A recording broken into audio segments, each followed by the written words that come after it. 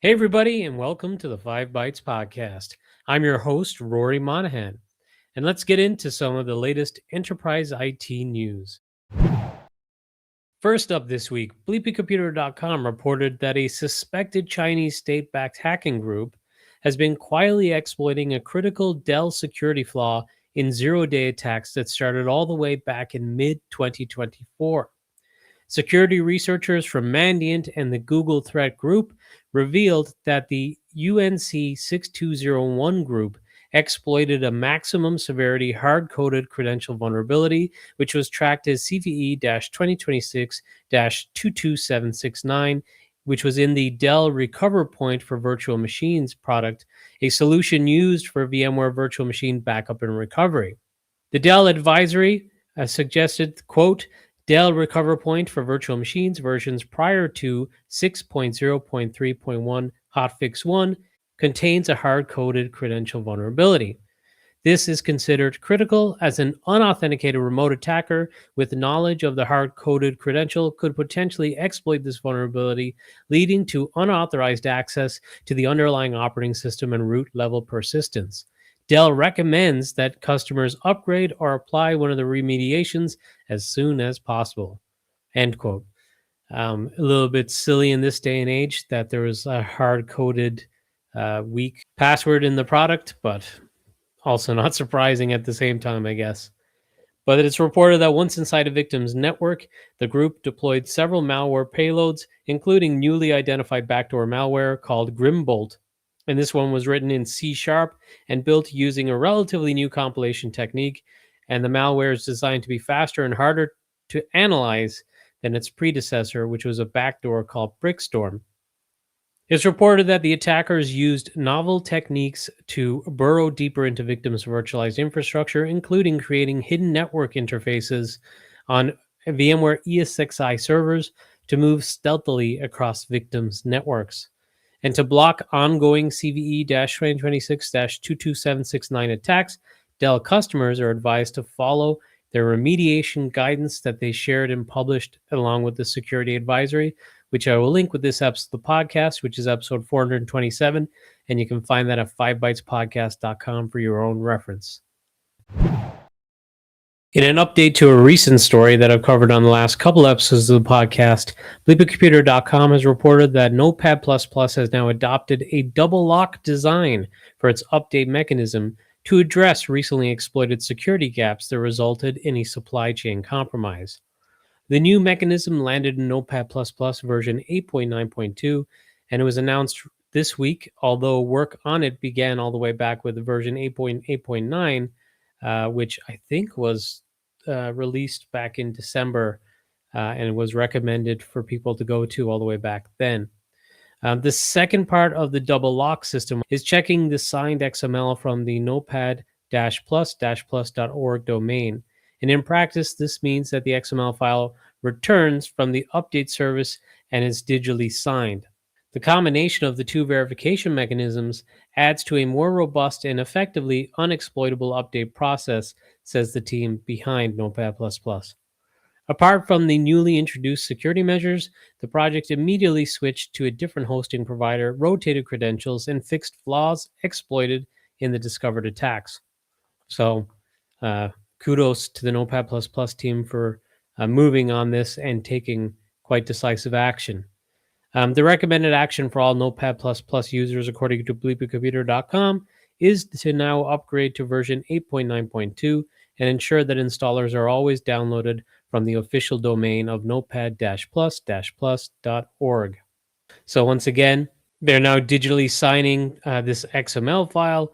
They're implementing verification on the signed installer from their GitHub repository, but they still need users to use the official site of notepad-plus-plus.org. If you're going to one of the sites, say, served up in Google Ads, you could have a bad time.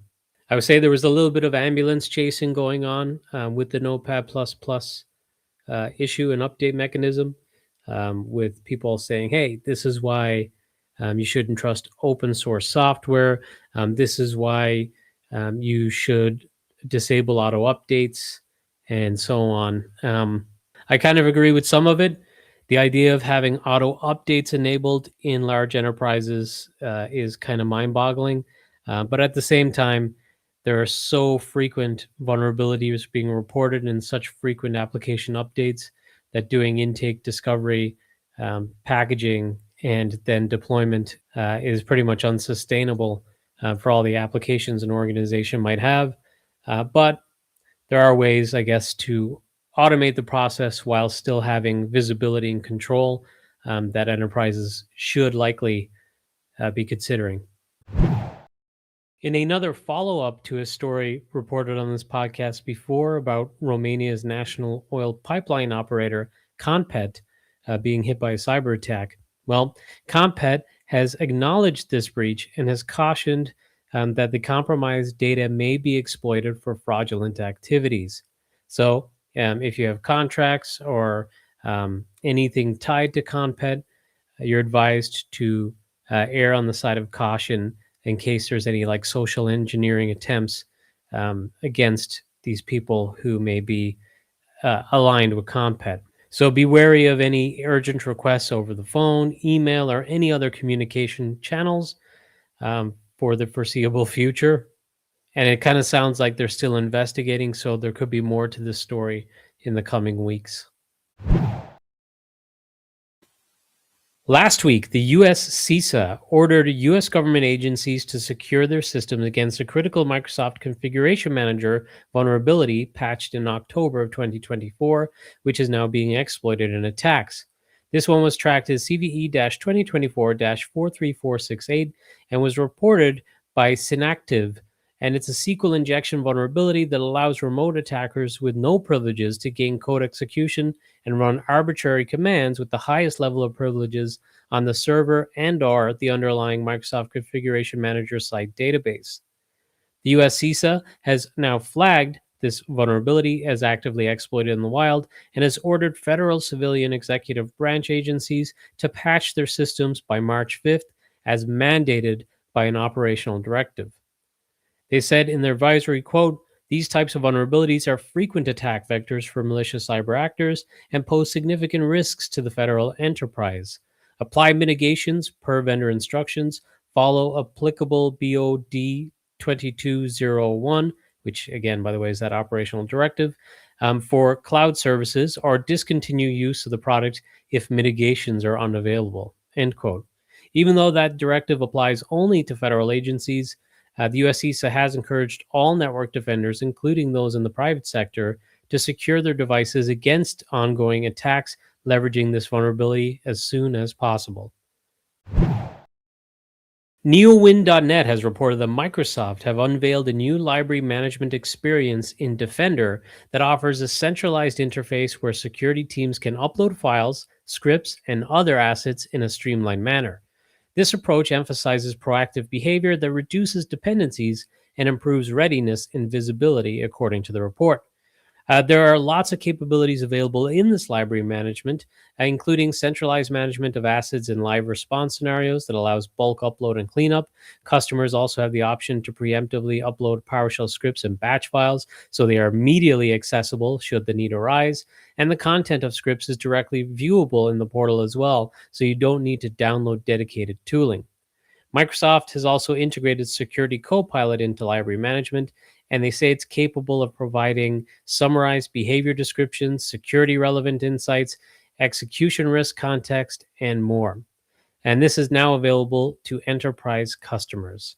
And I think, just giving some of my own thoughts, um, in my opinion, the integration of AI, particularly on the end user computing side of things, has been a little bit lackluster.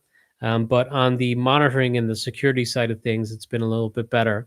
Obviously, a lot of security products in particular have been leveraging machine learning, which is an aspect of AI for several years for anomaly detection, but then being able to use other capabilities of AI to work across multiple different data points and data sets and kind of quickly bring those together and correlate data to lead or suggest to possible root cause analysis is very effective. And usually I'd have a little bit of a critical eye when it comes to Copilot integrations because it seems like they're just slapped into pretty much everything, and it's not always the best experience. But Copilot could be pretty effective when it comes to a Defender and monitoring and security tooling. So, yeah, definitely one to check out. And hey, also being able to leverage and run scripts quickly, that's also beneficial. And I mean, you see that in solutions in EUC, like Control Up in their script library, like in Nerdio and more. So it is very effective. Reuters has reported that Cisco recently launched a new chip and router designed to speed information through massive data centers that will compete against offerings from Broadcom and NVIDIA for a piece of a $600 billion AI infrastructure spending boom. Cisco said its Silicon One G300 switch chip, which is expected to go on sale in the second half of this year, will help the chips that train and deliver AI systems talk to each other over hundreds of thousands of links. Cisco expects the chip to help some AI computing jobs get done 28% faster, in part by rerouting data around any problems in the network automatically within milliseconds. Like most chips, it will be manufactured in Taiwan, and my guess is there's going to be such high demand for this that it will probably pre-sell out quite quickly. And I'm guessing this is going to be one that would be very difficult for individual corporations to get their hands on. It'll probably be gobbled up by the AI vendors, is my guess, but I guess we'll see. Microsoft has indicated some improvements are coming to PowerShell this year. For example, PowerShell stores user content such as modules and profiles in the Documents folder by default, which does not result in a great experience since many users sync this directory with OneDrive. Well, Microsoft has published details of a design change in 2025, and will be implementing this in early preview of PowerShell 7.7 this year with an effective change to that. This release of PowerShell, according to neowin.net, will also see the ability to load modules and register features without updating the profile script. Other enhancements include delayed update notifications to accommodate package managers, support for aliases and macros in the style of Bash, and implementation of a dedicated MCP server. The PS readline module will get context-aware predictive IntelliSense. A big update is also coming to the module that will decouple the keyboard input reading process from terminal rendering. And the benefits of this design change will not be immediately visible to users, but Microsoft has promised that it will make things a lot easier for their future enhancements down the line. So yeah, good to see that PowerShell is not being forgotten, and it does seem integral for some workflows in regards to AI too. So good to see. I noticed the announcement of a new app framework recently called Electrobun, and that's now available, and it boasts much faster launch times than predecessors like Electron apps, which were quite popular and, in my opinion, a bit of a pain in the butt. They also featured tiny updates for the actual runtime of the framework, with a bundle size also of just 14 megabytes. So that's quite impressive. It features native bindings written in C++, Obj-C, and Zig, and it's cross-platform and compatible across Windows, Mac OS, and Linux. So it's quite interesting, and it's something that I've written about in blog posts before. You know, a lot of vendors have moved to modern development frameworks for applications, but unfortunately, some of them have been quite lacking. They've resulted in increased resource spend for running applications. They failed to deliver on things like seamless application updates in the way that you might expect or hope for. And some applications also seem to just put components locally and run into the same issues as regular Windows applications developed in previous frameworks. But at least it seems like this particular framework has tackled some of the resource overhead with modern frameworks. So I'm interested to see how this one works out. In an interesting and probably overdue announcement, Mozilla has announced that Firefox version 115 which is the last version that's supported on Windows 7, Windows 8, and 8.1, is going to continue to be delivered through the ESR channel until the end of this month. But after that, users need to upgrade their operating system if they want to continue receiving Firefox security and feature updates. So Mozilla was a long time holdout in terms of ending their support for Windows 7 and Windows 8 and Windows 8.1. They justified it by saying there was actually still a demand, and they were happy to fill that demand to continue the support. But obviously, it must be at the point now where the threshold has been crossed, and they feel there's no longer value in continuing to support those operating systems. So, if you're somehow in that minority of still running Windows 7, Windows 8, and Windows 8.1, and you have Firefox, well, unfortunately, that time of continuing to get updates for security has now come to end at the end of this month. According to Bloomberg, after previous warnings, the Russian government has now moved to block the use of WhatsApp in the country. Allegedly, more than 100 million Russians used WhatsApp, but according to Bloomberg, the response has been surprisingly muted within the country. While blocking WhatsApp makes sense since it's owned by the US based Meta, the Russian government has also warned that it will be targeting Telegram, which is currently based in the UAE. Reportedly, the use of Telegram is seen as much more important in Russia, and this may meet more displeasure within the Russian communities. Separately, Bloomberg has reported that Russia is promoting a state backed alternative, which, not unique to Russia, I would say would be concerning with any country if a government is saying, hey, use this messaging application. But yeah, it's just, I guess, interesting to me, at least from a geopolitical standpoint, that it continues that the use of software in certain countries is now being much more dictated and kind of isolationist based off the geopolitical situation. And kind of in the same vein, but Kent Walker, Google's president of global affairs and chief legal officer, has warned of a competitive paradox facing Europe. According to the Financial Times, he stated that creating regulatory barriers would be detrimental in a context of rapid technological advancement. His statements come just days after the European Commission concluded a public consultation evaluating the transition to open source. Google's legal director clarified that he is not against digital sovereignty, but recommended leveraging the best technologies in the world.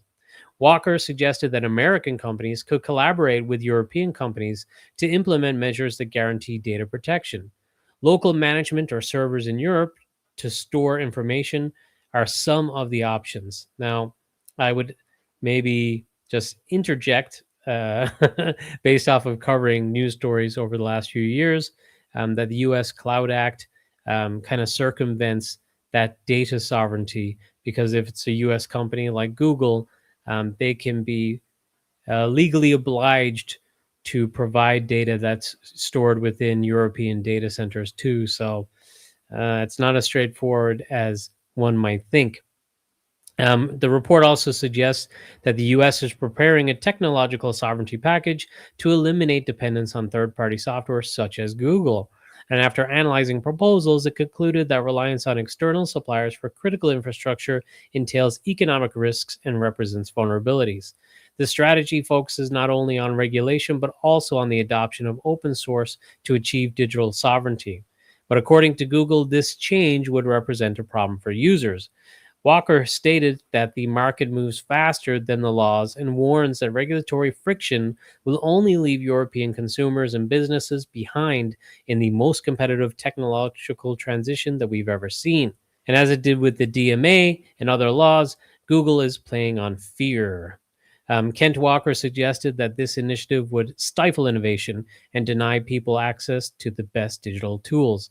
And maybe in that same vein, I was contemplating covering it as a separate story, but OpenAI has announced the acquisition of OpenClaw, which could potentially be a huge boost for OpenAI in their venture towards agentic AI, AI that can actually carry out tasks and workflows, not just be this kind of chatbot that's kind of the mainstream consciousness or representation of ChatGPT right now. And that was founded by an Austrian person who worked mainly out of Austria and the UK. And now that it's been acquired, he's announced that he's joining OpenAI, and it sounds like he's going to be working from the US. And upon the acquisition and his move to the US, he's suggesting part of the reason he's going to OpenAI is because of the difficulty working within the confines and regulations of Europe. So I kind of understand that, because this is, like Kent Walker said, a huge time of digital transformation. But at the same time, even the people that lead the companies, like Sam Altman and in the past Elon Musk, when um, he was maybe less, I would say, in the trenches and deceptive around AI to try and get leverage over competitors. You know, these two figures were warning about the risks of AI. So, are we putting our blind trust and faith in people like Sam Altman, like Elon Musk, like Satya Nadella as well? Though, obviously, Copilot is heavily reliant upon GPT. So really, it's a huge question about Sam Altman's motives. But back to the point, are we relying on U.S. regulators that kind of have their hands tied at the moment, and the intentions of these CEOs of these companies that are getting billions upon billions of dollars invested into them? Are we relying on them to safeguard us and to provide proper regulations of this technology? And if we're not, which in my opinion we probably shouldn't be, who can we rely upon? This is a very troubling question. Does the European Commission change tact to allow greater innovation and allow the spoils of that innovation to be more within the European market? Or do they continue to be kind of a voice of regulation and safeguarding? It's a very tough one. Unfortunately, it could be the welfare and the well being of all of us at question. I don't know about anyone else, but I feel pretty powerless in this whole situation. I guess we have to see how it all unfolds. Speaking of regulators, the Register has reported that the U.S. Federal Trade Commission has sent out a raft of civil investigative demands to Microsoft's competitors as it warms up its investigation into a potential Microsoft monopoly. Allegedly, at least half a dozen companies have been contacted in this investigation into Microsoft's licensing and business practices, said to be looking into whether Microsoft makes it difficult or more costly for customers to run its software on third-party cloud platforms, with other topics of also on the agenda for the investigation. This is at the same time that the UK regulators are investigating Microsoft's cloud services too, which I covered either last year or the year before. I can't remember which. And that featured things like Azure Virtual Desktop and things that are maybe close to home for me as well. So it seems like investigations that were previously reported on and previously started are still underway. But I guess these things take time. So we'll have to see what is going to come out of this. It may be somewhat of a nothing burger, like the recent rulings against Google, which ultimately doesn't seem to have had much of an effect on anything, really. Yep. So another case of wait and see. The beauty is the news cycle is relentless. So the chairs are going to shift quite rapidly, and the table will probably shift too. Some quick hit stories now, but The Verge has reported that Google's I/O conference for 2026 will take place from May 19th to May 20th at the Google HQ in Mountain View, California. At the time of recording this episode, which is Tuesday, February 17th, it appears Microsoft has acknowledged a service degradation in Teams that is resulting in delays and failures when sending and receiving chat messages, and this is affecting customers in both the US and Europe. And obviously, at this time, the issue is currently occurring, so I don't know what the root cause is. And obviously, since it's still occurring, I'm not sure how long it has lasted, but hopefully by the time you're listening to this episode, it has been resolved. As covered ad nauseum on this podcast at this point, the memory and general computer component shortages are making attaining consumer PCs all the more difficult and more expensive. And it's stated by the Register that sales of refurbished PCs are now on the up amid shortages of key components, including memory chips that are making brand new devices all the more expensive. Stats compiled by MarketWatcher Context shows Stats compiled by MarketWatcher Context show sales of refurbished PCs via distribution climbed 7% in calendar Q4 of 2025 across five of the biggest European markets, including Italy, the UK, Germany, Spain, and France. So, yeah, not surprising. More difficult and more expensive to get new PCs. People are resorting to used PCs. And I'm sure that's a trend that will continue. The Guardian recently ran a story on Valentine's Day about another visceral reaction from some people who became over reliant on GPT 4.0. Now, if this sounds familiar, that is because last year OpenAI took 4.0 away from some of the free tiers of ChatGPT, and people lost their minds. Some grew so attached that they seem to have developed into very intimate relationships with their chatbot buddy. And it appears now that OpenAI has canned 4.0, some are having very similar meltdowns. This time, there was more warning, and The Guardian details how some users spent their last days with their chat friend. Um, I know if disturbing is the word, it definitely is a bit disturbing, but it's also kind of sad, and I feel bad for the people who became reliant upon 4.0. One of the top uses of services like ChatGPT has been for therapy. So people are definitely attaching a lot of emotional and mental weight to these generative AI bots, which may be a pretty damning reflection on general society, I guess. Fortunately, this is a heavily edited episode again because I've gone longer than expected. But to wrap up the news this week, I saw Ars Technica had an interesting article on new research that shows that claims made by password manager vendors that their password vaults are encrypted to the point that even their staff can't access your passwords are not necessarily true in all cases, particularly when account recovery is in place or password managers are set to share vaults or organize users into groups. Researchers reverse engineered or closely analyzed Bitwarden, Dashlane, and LastPass and identified ways that someone with control over the server, either an administrative or result of a compromise, can in fact steal data and in some cases entire vaults. The researchers also devised other attacks that can weaken the encryption to the point that ciphered text can be converted to plain text. The researchers wrote, quote, "The vulnerabilities that we describe are numerous, but mostly not deep in a technical sense. Yet they were apparently not found before, despite more than a decade of academic research on password managers and the existence of multiple audits of the three products we studied. This motivates further work, both in theory and in practice." End quote. The researchers said in interviews that multiple other password managers that they didn't analyze as closely likely suffer from the same flaws. The only one that they were at liberty to name at the time was 1Password. And almost all password managers, they added, are vulnerable to the attacks only when certain features are enabled. The most severe of the attacks was targeting Bitwarden and LastPass and allowed an insider or attacker to read or write to the contents of entire vaults. In some cases, they exploited weaknesses in the key escrow mechanisms that allow users to regain access to their accounts when they lose their master password. Others exploit weaknesses in support for legacy versions of the password manager, and a vault theft attack against Dashlane also allowed reading but not modification of vault items when they were shared with other users. They went on to detail many different ways of getting around security, leveraging features like shared family accounts, profile switching, and more.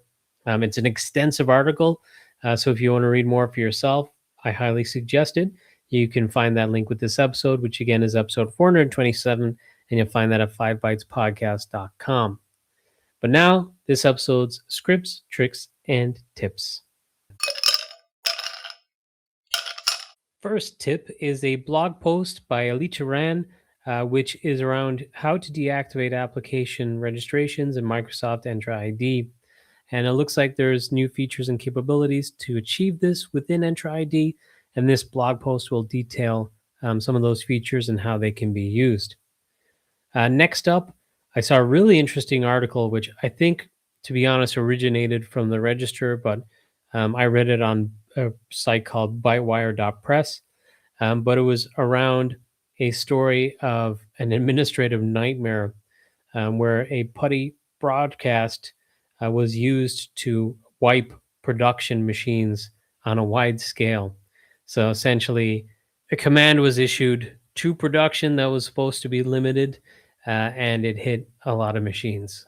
So it's one of those nightmare stories that's always interesting to read.